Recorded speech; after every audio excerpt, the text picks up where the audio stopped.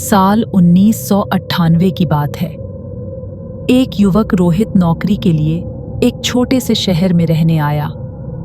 उसे railway colony के पास एक पुराना किराए का घर मिल गया। घर सस्ता था, लेकिन मकान मालिक ने उसे एक अजीब सी चेतावनी दी। रात में आखिरी कमरे का दरवाजा कभी मत खोलना। रोहित ने इसे मजाक समझा और हंसकर टाल दिया। घर में कुल 3 कमरे थे। 2 कमरे सामान्य थे, लेकिन कॉरिडोर के आखिर में एक कमरा हमेशा बंद रहता था। मकान मालिक ने कहा कि उस कमरे की चाबी सालों पहले खो गई थी। पहले कुछ दिन सब ठीक रहा, लेकिन 5वीं रात लगभग 2:30 बजे रोहित अचानक नींद से जाग गया। उसे कुछ आवाज सुनाई दी।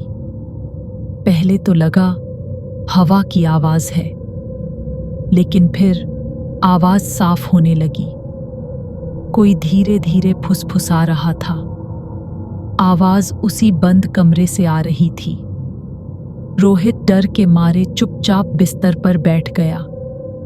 आवाज किसी औरत की लग रही थी, लेकिन वो क्या बोल रही थी, ये समझ नहीं आ रहा था।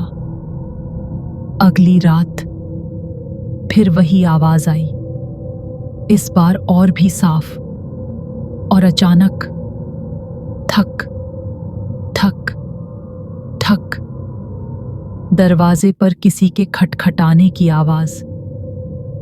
रोहित का दिल तेज धड़कने लगा, क्योंकि उसे पता था उस कमरे में कोई नहीं रहता था। हिम्मत करके वह धीरे धीरे कॉरिडोर की तरफ बढ़ा। जैसे ही वह दरवाजे के पास पहुंचा, फुसफुसाहट अचानक बंद हो गई। चारों तरफ सन्नाटा छा गया। रोहित कुछ पल वहीं खड़ा रहा। तभी उसने देखा, दरवाजे का पुराना जंग लगा ताला धीरे धीरे हिल रहा था, जैसे कोई अंदर से उसे खोलने की कोशिश कर रहा हो। रोहित डर कर तुरंत अपने कमरे में भाग गया, लेकिन सोने से पहले उसे अपने कान के बिल्कुल पास एक आवाज सुनाई दी। एक औरत की फुसफुसाती आवाज, तुम यहां क्यों आए?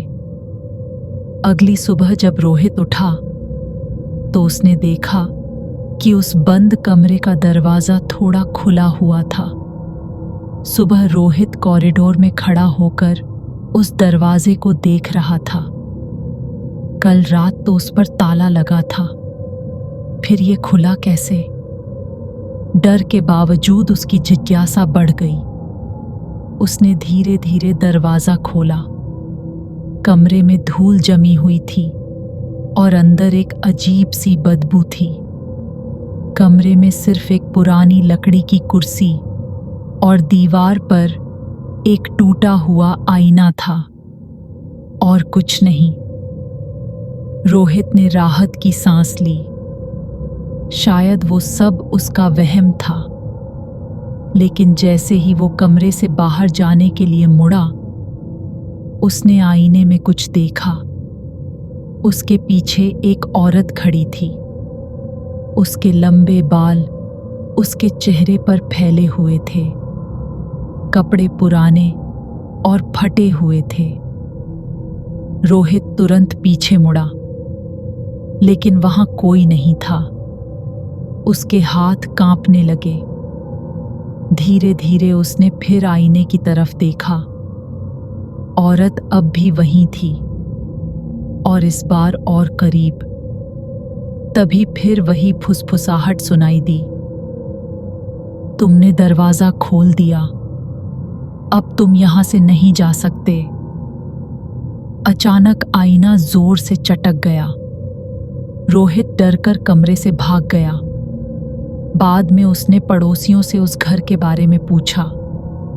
तब एक बूढ़े आदमी ने उसे सच बताया। 20 साल पहले उस कमरे में एक औरत रहती थी।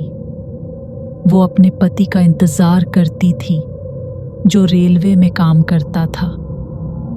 एक दिन खबर आई कि उसके पति की रेल दुर्घटना में मौत हो गई।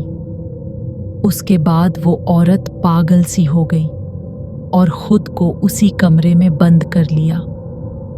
कुछ दिनों बाद लोगों को उसका मरा हुआ शरीर उसी कमरे में मिला। तब से कहा जाता है कि जो भी उस घर में रहता है उसे रात में फुसफुसाने की आवाज सुनाई देती है। रोहित उसी दिन वो घर छोड़कर चला गया, लेकिन आज भी कभी कभी रात में सोते समय उसे अपने कान के पास वही आवाज सुनाई देती है, तुमने दरवाजा क्यों खोला? रोहित ने उसी दिन वह घर छोड़ दिया था। उसने सोचा कि अब सब खत्म हो गया। नया शहर, नया कमरा, नई जिंदगी। कुछ हफ्तों तक सब सामान्य रहा, लेकिन एक रात लगभग 3 बजे रोहित अचानक नींद से जाग गया।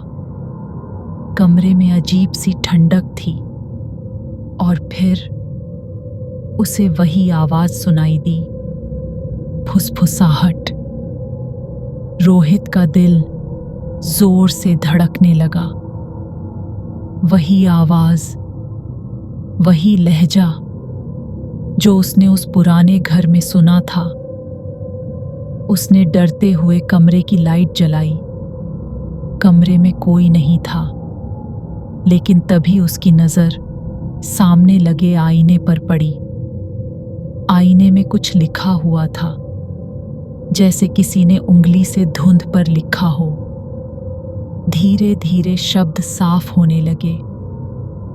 मैंने कहा था तुम यहां से नहीं जा सकते। रोहित घबरा गया। उसने तुरंत आईने को साफ कर दिया, लेकिन तभी उसके पीछे से किसी के चलने की हल्की आवाज आई। धीरे धीरे, जैसे कोई उसके बिल्कुल पीछे खड़ा हो। रोहित ने हिम्मत करके पीछे मुड़कर देखा। कमरे में कोई नहीं था, लेकिन जब उसने फिर आईने की तरफ देखा, इस बार वह अकेला नहीं था। आईने में उसके पीछे वही लंबे बालों वाली औरत खड़ी थी, और इस बार उसका चेहरा साफ दिखाई दे रहा था। उसकी आंखें पूरी तरह काली थीं और उसके होठों पर एक डरावनी मुस्कान थी। फिर वही फुसफुसाहट, इस बार बिल्कुल पास से। दरवाजा तुमने खोला था, अब मैं तुम्हारे साथ हूं। अगली सुबह पड़ोसियों ने रोहित के कमरे का दरवाजा खुला पाया। कमरा खाली था।